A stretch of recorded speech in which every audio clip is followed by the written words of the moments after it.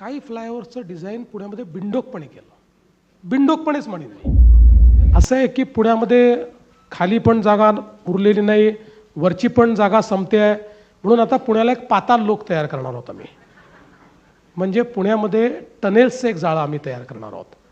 आणि हे ज्यावेळेस मी सांगितलं तर अनेक लोकांना वाटलं की आता निवडणूक आहे म्हणून मी सांगतोय. असं नाही आहे. म्हणून मी मुद्दाम तेवढाच एक कागद या ठिकाणी घेऊन आलो की त्याचं कंप्लीट प्लॅनिंग हे आम्ही या टनेलचं केलेलं आहे.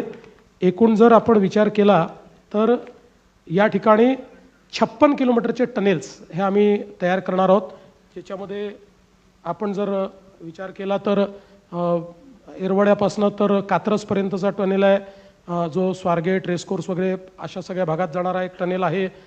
जगताप डेअरीपासून सिंहगड रोड, पाषाण, कोथरूड, कात्रज, त्यानंतर औंध संगमवाडी, जो खडकीकडनं अशा पद्धतीचा एक आपण टनेल, अशा प्रकारे जवळपास 54 किलोमीटरचे टनेल्स आहेत आणि एकूण 32,000 कोटी रुपयाला लागणार आहेत.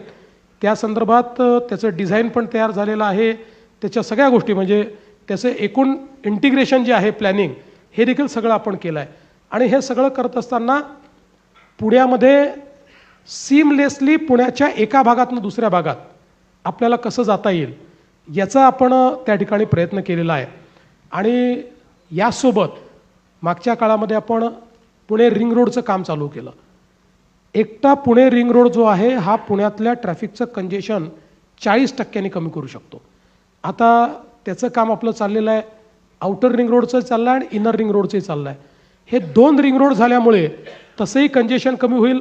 मी या ज्या तुम्हाला लिंक सांगितल्या, पुणे शिरूर, हडपसर, यवत आणि तळेगाव चाकण शिक्रापूर, यामुळे एक प्रकारे जे आपले MIDCs आहेत किंवा इंडस्ट्रियल इस्टेट्स आहेत किंवा आपले मेजर जे काही शहर आहेत तिकडे जाणारे रस्ते, त्याच्यावरचाही जो काही लोड आहे तो आपण कमी करू.